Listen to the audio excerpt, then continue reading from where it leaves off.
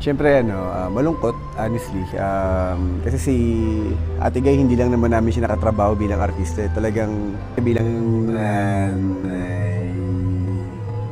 Dahil nung nakasama namin siya, nakatrabaho namin siya sa Padre de Pamilya.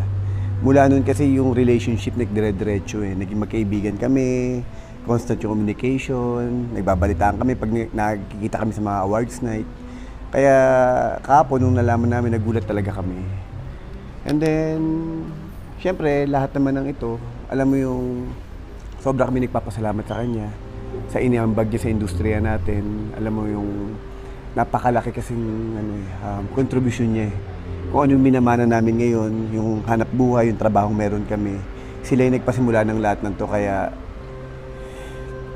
ang hirap kalimutan, ang hirap tanggapin, pero ganun talaga ang buhay. Siyempre, para sa amin, hindi namin siya makakalimutan sa napakagandang alaala na iniwan niya sa amin bilang mga anak niya, bilang mga kaibigan niya at kasama niya sa industriya.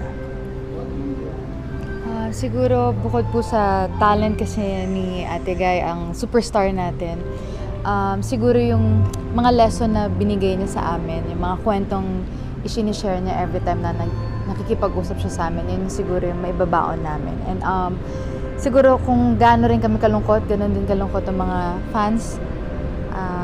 Pagdasal lang natin kasi nasa langit na siya, kasama na ng Panginoon natin. So, yun na lang isipin natin. Maraming salamat.